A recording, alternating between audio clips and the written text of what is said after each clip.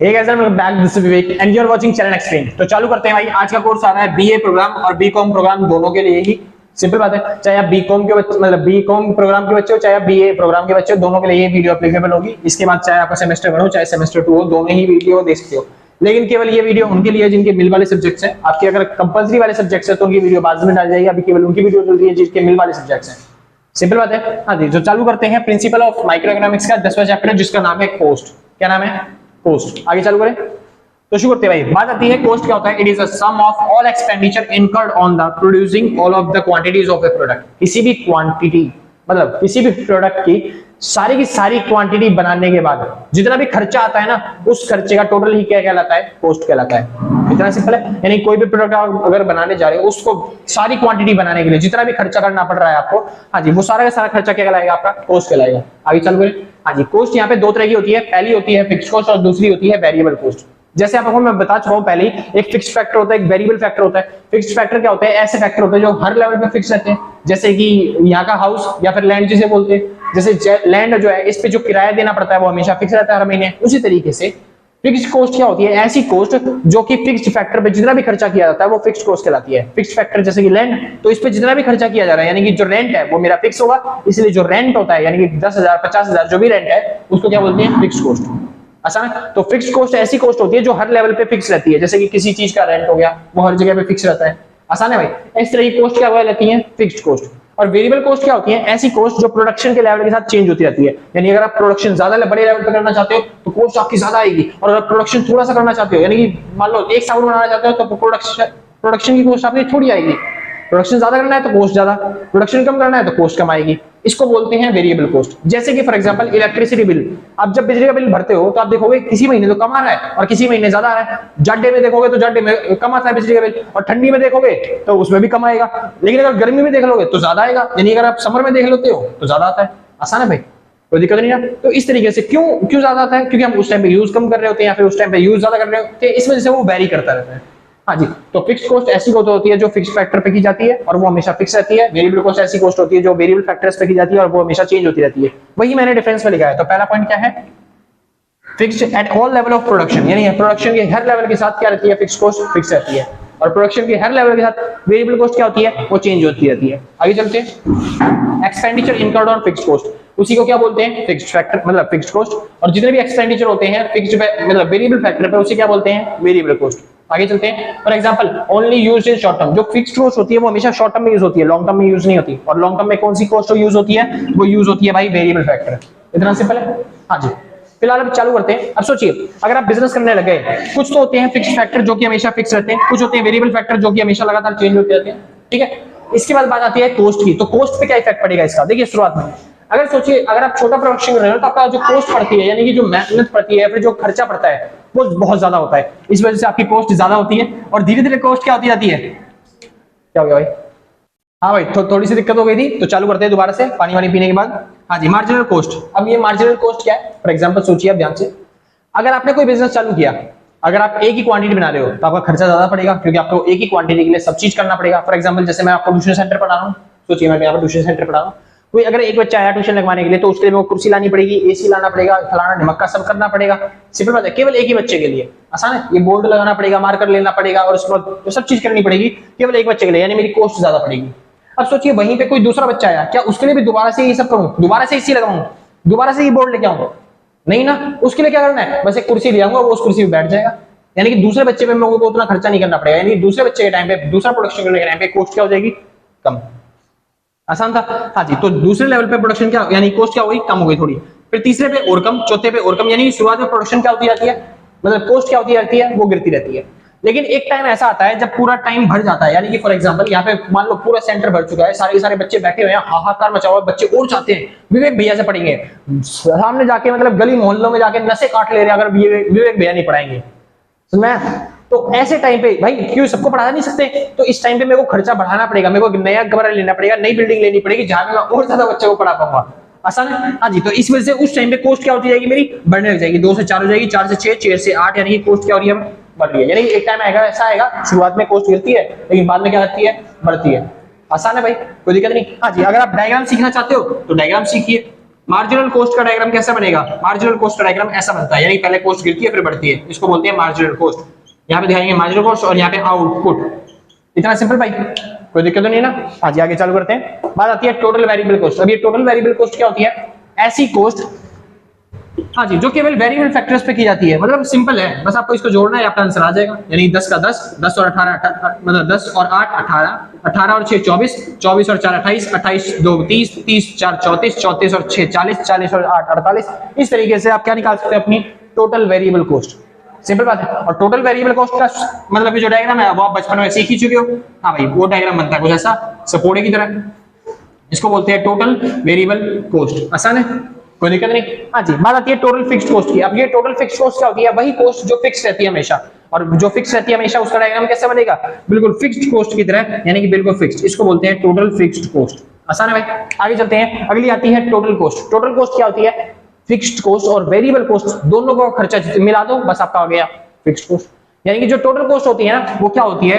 Fixed cost और variable cost का जोड़ होती है। यानी कि आपको दिख रहा है ये फिक्स्ड मतलब वेरिएबल कॉस्ट, और ये आपको दिख रहा होगा फिक्स्ड कॉस्ट, बस दोनों को जोड़ दो, आपका क्या बन जाएगा? Total cost.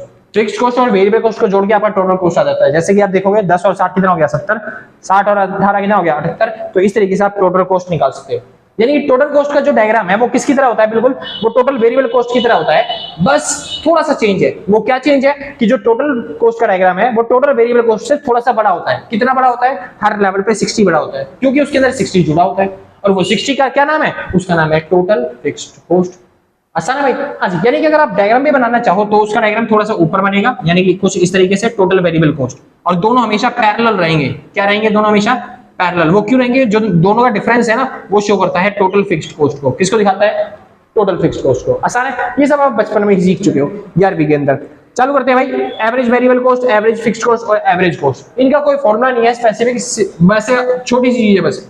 तो एबीसी का फॉर्मूला टीबीसी अपॉन में क्यू।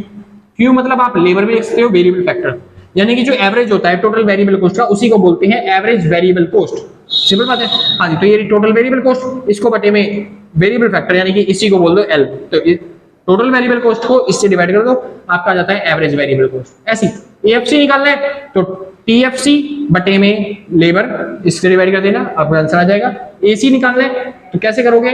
टीसी अपॉन में वेरिएबल फैक्टर, यानी कि लेबर से डिवाइड कर दो, आपका एसी का डायग्राम आ जाएगा। हाँ, अगर आपको डायग्राम सीखने हैं यूनिक, तो एसी और उन सब के डायग्राम लो जी, ये जैसे एसी का डायग्राम ये रहा यू शेप। एसी का आप खुद देखोगे, एसी क्या हो रहा है? 70 से 39 28 22 18, यानी कि इसके बाद क्या हो रहा है? गिरते जा रहा है, और नीचे जाने के बाद एकदम से क्या हो गया? वो बढ़ गया। दिख तो नहीं रहा भाई, बढ़ गया।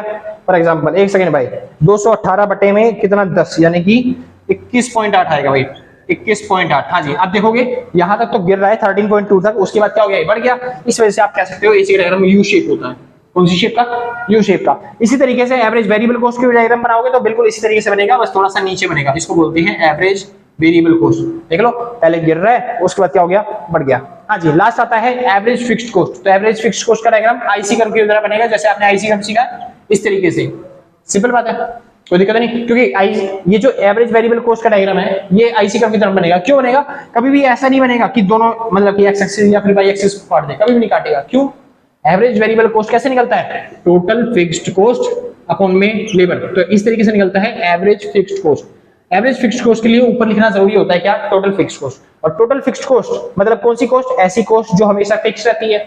और जो हमेशा फिक्स रहती है, क्या वो कभी जीरो हो सकती है? नहीं। तो जब ये वाली कॉस्ट कभी जीरो नहीं हो सकती, तो ऊपर वाली वैल्यू कभी जीरो नहीं आएगी, और जब ऊपर वाली वैल्यू जीरो नहीं आएगी तो एएफसी यानी कि एवरेज फिक्स्ड कॉस्ट क्या कभी जीरो हो सकती है? वो कभी जीरो नहीं होती। इसी वजह से इसका जो डायग्राम है वो हमेशा ऐसे बनता है, यानी कि इसकी शेप का नाम है रेक्टेंगुलर हाइपरबोला, जो कि आपको बाद वाली वीडियो में सिखाएंगे, जो कि इनके रिलेशन क्या होते हैं वो सब बताएंगे जिस टाइम पे।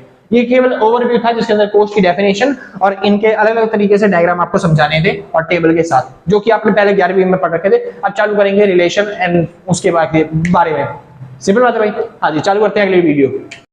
हाँ भाई, तो एक छोटा सा टॉपिक रह गया था जिसको अगले दिन चालू करना पड़ रहा है, ठीक है। उस टाइम पे लाइट चली गई थी उसके बाद वीडियो के बाद। तो चालू करते हैं। छोटा सा टॉपिक क्या है, यहाँ पे आपको सिखाने थे फॉर्मूले। डायग्राम आपको सारे सिखा चुका हूँ, अब इसके बाद सिखाने थे आपको फॉर्मूले। तो फॉर्मूले में क्या है, फॉर एग्जाम्पल के जैसे कि हमने आपको सिखाया सबसे पहले एमसी मार्जिनल कॉस्ट, सिंपल बात है, मार्जिनल कॉस्ट हमने निकाला था, उसके बाद हमने निकाला था टीवीसी। आपको याद होगा टीवीसी हमने कैसे निकाला था, एमसी को जोड़ जोड़ के, यानी मार्जिनल कॉस्ट को जोड़ जोड़ के, यानी सिग्मा एमसी होता है किसका फॉर्मूला, टीवीसी का। टीएफसी का कोई फॉर्मूला नहीं है फिलहाल तो अभी, क्योंकि टीएफसी जो होता है वो अभी फिक्स रहता है। हाँ जी, टीसी हमने कैसे निकाला था आपको याद होगा, टीसी कैसे निकाला है, टीवीसी प्लस में टीएफसी, यानी कि आप टीसी अगर बोलोगे निकालने के लिए तो टीसी कैसे निकलेगा, टीवीसी प्लस में टीएफसी। आसान था भाई। हाँ जी, इसके अलावा अगर आप चाहते हो एबीसी निकालना तो एबीसी कैसे निकलवाया था मैंने, एबीसी का फॉर्मूला बताया था मैंने, टीबीसी अपॉन में क्यू। ठीक है भाई। इसके बाद एएफसी का फॉर्मूला, एएफसी कैसे निकलवाया था, तो एएफसी का फॉर्मूला टीएफसी अपॉन में क्यू। ऐसे ही एसी का फॉर्मूला टीसी अपॉन में क्यू। सिंपल बात है। अच्छा, इन्हीं तीन फॉर्मूले से आप चाहो तो दोबारा इन सब के फॉर्मूले निकाल सकते हो। फॉर एग्जांपल की अगर आपको टीसी का निकालना है तो टीसी कैसे निकल सकता है, एक तो ये सिग्मा एमसी का फॉर्मूला है, इसके अलावा ये तो क्यू इधर आके मल्टीप्लाई हो जाएगा, यानी कि एबीसी इंटू में क्यू हो जाएगा। ऐसे ही टीएफसी निकालना है अगर आपको तो एएफसी इंटू में क्यू हो जाएगा। हाँ जी, एएफसी इंटू में क्यू हो जाएगा। अगर आपको टीसी निकालना है तो टीसी निकलेगा कैसे, एसी इंटू में क्यू। आसान भाई। हाँ जी, तो इस तरीके से आप टीसी, एफसी और टीएफसी मतलब टीवीसी, टीएफसी और टीसी निकाल सकते हो इन फॉर्मूले की सहायता से। चालू करते हैं। अगर आपको मार्जिनल कॉस्ट निकालना है, एमसी निकालना है, तो एमसी कैसे निकलेगा, इसके फॉर्मूले टीवीसी एन माइनस में टीवीसी एन माइनस वन है। ठीक है, कभी कभी पे टीसी एन माइनस में टीसी एन माइनस वन लग जाता है, लेकिन ज्यादातर में ये वाला फॉर्मूला आप देखो, क्योंकि जो टीसी होता है इसके अंदर फिक्स कॉस्ट जुड़ी होती है, इस वजह से ये अच्छी तरीके से कैलकुलेट नहीं कर पाता एमसी। ठीक है, ज्यादातर कौन सा यूज होता है, टीवीसी। और मैं कहता हूँ ये वाला भी टीवीसी में लगाओ फॉर्मूला, टीवीसी का ही वाला लगाओ, डेल्टा टीवीसी बटे में डेल्टा क्यू वाला फॉर्मूला, ये सबसे बेस्ट रहता है एमसी निकालने के लिए, मार्जिनल कॉस्ट निकालने के लिए। इतना सिंपल भाई। हाँ जी, इसके अलावा ज्यादा कोई फॉर्मूला नहीं है, आप चाहो तो इन्हीं को मिक्सअप करके मैचअप करके बना सकते हो। फॉर एग्जांपल के तौर पर अगर बताया जाए तो अगर आपको निकालना है टीसी, तो टीसी का फॉर्मूला क्या होता है, टीसी का फॉर्मूला होता है टीवीसी प्लस में टीएफसी। आप चाहो तो टीवीसी की जगह मैंने एक फॉर्मूला लिखाया था सिग्मा एमसी, तो आप सिग्मा एमसी प्लस में टीएफसी लिख सकते हो। सिंपल बात है। हाँ भाई, तो इस तरीके से आपके फॉर्मूले बन जाएंगे, आप चाहो तो ये फॉर्मूले बना सकते हो। आगे चलते हैं रिलेशन पे, जो कि इन सभी डायग्राम में रिलेशन बताएगा टॉपिक। हाँ भाई, तो शुरू करते हैं वो टॉपिक। हाँ भाई, तो चालू करते हैं। अगला टॉपिक आता है रिलेशन वाला, तो रिलेशन चालू करते हैं। रिलेशन आपको पढ़ना है यहाँ पे, तो मैं यहाँ पे रिलेशन बता रहा हूँ। किस चीज का रिलेशन है ये रिलेशन है एसी का, एबीसी का और एमसी का और एएफसी का, इन सभी का रिलेशन यहाँ पे बता दे रहा हूँ मैं। सिंपल बात है। हाँ जी, तो आपने सीखा होगा एमसी का, एसी का और एबीसी का तीनों का डायग्राम जो होता है वो यू शेप होता है, यानी कि किस किस का, एमसी, एसी और एबीसी तीनों का डायग्राम क्या होता है, शेप क्या होती है उसकी, यू शेप होती है। सिंपल बात है भाई। हाँ जी, तो पहला कंसेप्ट तो ये आपने यही सीख लिया, लेकिन जो दूसरा है वो एएफसी का डायग्राम, वो क्या होता है, उसकी शेप का नाम होता है रेक्टेंगुलर हाइपरबोला। कौन बोल रहा, हाइपरबोला। आसान है भाई। आज ये इनकी शेप्स के नाम है। चालू करते हैं, रिलेशन की बात करते हैं। तो देखिए ध्यान से, पहला रिलेशन आता है, देखिए जब एसी गिर रहा होता है या फिर एबीसी गिर रहे होते हैं, यानी कि एसी या एबीसी क्या हो रहा होता है, फॉल हो रहा होता है, उस टाइम पे जो मार्जिनल कॉस्ट है वो क्या हो रहा होता है, बढ़ रहा होता है। Then marginal cost will be rising when AC and ABC is decreasing, then marginal cost will be increasing। Simple बात है। हाँ जी, दूसरे रिलेशन की बात करें, तब जब AC या फिर ABC होता है अपने मिनिमम पॉइंट पर, कौन सा पॉइंट, मिनिमम पॉइंट पर, देन तब क्या होता है, जो MC होता है वो कहाँ पे होता है, वो बराबर होता है किसके, AC के या फिर ABC के। आसान है भाई। हाँ जी, लास्ट और तीसरा कंसेप्ट, तीसरा पॉइंट क्या है, जब AC और ABC बढ़ रहे होते हैं, जब AC बढ़ रहा होता है या फिर ABC क्या हो रहा होता है, बढ़ रहा होता है, तब वहां पे MC जो होता है, MC क्या हो रहा होता है, MC ज्यादा तेजी से बढ़ रहा होता है। अच्छा भाई, पहला पॉइंट थोड़ा गलत हो गया, जब ये दोनों गिर रहे होते हैं उस टाइम पे MC जो होता है वो इनसे नीचे होता है। सिंपल बात है। देख रहे हो आप, ये तो ये AC गिर रहा है, ये ABC गिर रहा है, जब ये दोनों गिर रहे होते हैं MC क्या है, इससे भी नीचे।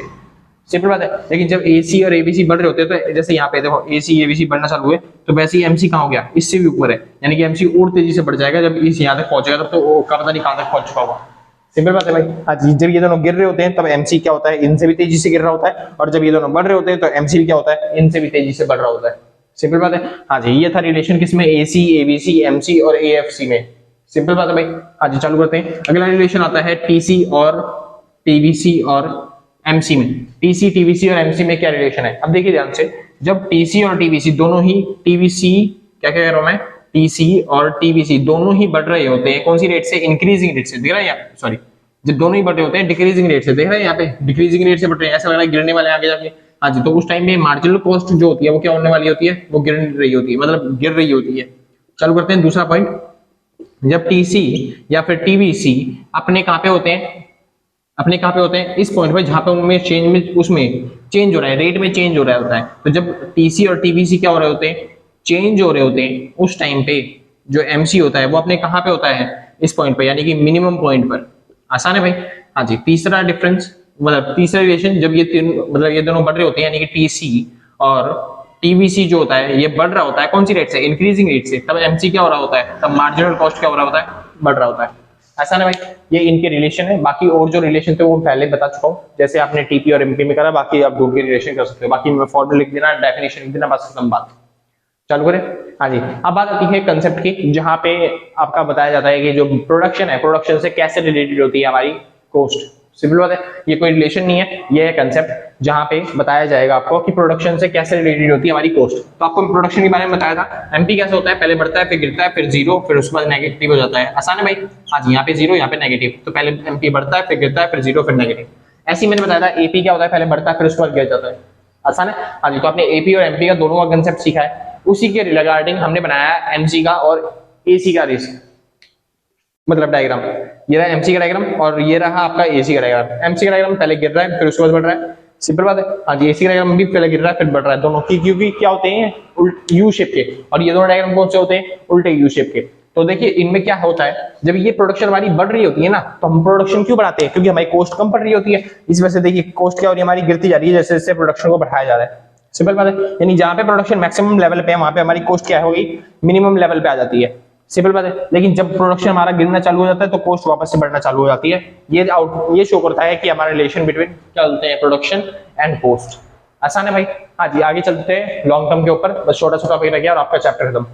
हाँ भाई, तो चालू करते हैं। अगला आता है लॉन्ग रन एसी और एमसी, और अगला आता है फिर उसके बाद एआर और एमआर। एआर एमआर थोड़ा बड़ा कंसेप्ट है, बाद में करेंगे, पहले कर लेते हैं एसी और एमसी लॉन्ग रन में कैसे बनते हैं। आपने सीखा जो शॉर्ट रन का एसी है उसको यू शेप बोलते हैं। हाँ जी, एसी आपने सीखा क्या होता है, यू शेप का होता है, इसको बोलते हैं एसी। सच बताऊं तो इसको बोलते हैं एसएसी, यानी शॉर्ट रन एवरेज कॉस्ट। हाँ जी, हमको सीखना है लॉन्ग रन का एवरेज कॉस्ट यानी कि एलएसी। दोनों में कुछ डिफरेंस नहीं है, दोनों एक ही शेप बनते हैं, बस फर्क क्या है दोनों में, अगर आप लॉन्ग रन का एवरेज कॉस्ट बनाना चाहते हो वो ऐसे ही बनेगा, लॉन्ग रन का एवरेज कॉस्ट ऐसे ही बनेगा। बस ये जो छोटे छोटे जो होते हैं ना एवरेज कॉस्ट, इनसे मिलके यानी कि इनके जो मिनिमम पॉइंट होंगे ना, इनको टच करके लॉन्ग रन का ऐसे ही बनेगा, एवरेज कॉस्ट बनेगा। ठीक है भाई। हाँ जी, जो छोटे छोटे ये जो है शॉर्ट टर्म एवरेज कॉस्ट जो होती है वो उसका मिनिमम पॉइंट जोड़ जोड़ के क्या बन जाएगा, लॉन्ग रन का एवरेज कॉस्ट बन जाएगा। सिंपल बात है। हाँ जी, इसी तरीके से अगर आप चाहते हो लॉन्ग रन का मार्जिनल कॉस्ट बनाना, क्या बनाना, लॉन्ग रन का मार्जिनल कॉस्ट, तो वो कैसे बनेगा, बिल्कुल उसी तरीके से। मार्जिनल कॉस्ट भी यू शेप का होता है, क्योंकि ये मार्जिनल कॉस्ट लॉन्ग टर्म का, तो जो छोटे छोटे मार्जिनल कॉस्ट होंगे ना उनका मिनिमम पॉइंट जो होगा उनको जोड़ के बन जाएगा लॉन्ग टर्म का मार्जिनल कॉस्ट। ये मार्जिनल कॉस्ट है शॉर्ट टर्म वाले, और ये है लॉन्ग टर्म वाला मार्जिनल कॉस्ट। सिंपल बात है भाई, बिल्कुल सेम इसी तरीके से, बस ये छोटा सा कंसेप्ट था आपको सिखाना था, बस ये टॉपिक खत्म हो गया। लॉन्ग रन का एवरेज कॉस्ट और लॉन्ग रन का मार्जिनल कॉस्ट, बस छोटे छोटे इनको जोड़ के लंबे समय का क्या बन जाता है, आपका एवरेज कॉस्ट और मार्जिनल कॉस्ट बन जाता है। चालू करें। हाँ जी, लास्ट टॉपिक आता है एवरेज मतलब एवरेज रिवेन्यू और मार्जिनल रिवेन्यू। भाई आज थोड़ी आलस सी आ रही है, ठीक है, तो इस वजह से एनर्जी नहीं दिखा पा रहा, फिर कभी दिखाएंगे, ठीक है, अभी थोड़ा आराम आराम से करते हैं। एवरेज कॉस्ट और मार्जिनल कॉस्ट आपने अगर पढ़ा होगा तो मैंने बताया था भाई, छोड़ो दोबारा बता देते हैं, क्वांटिटी और प्राइस। ठीक है भाई, क्वांटिटी फॉर एग्जांपल आप एक क्वांटिटी लेते हो, दो क्वांटिटी लेते हो, प्राइस ज्यादातर क्या होते हैं, फिक्स ही होते हैं चीजों के, प्राइस 10 10 10 10 इस तरीके से अगर लेते हैं कोई दिक्कत नहीं है।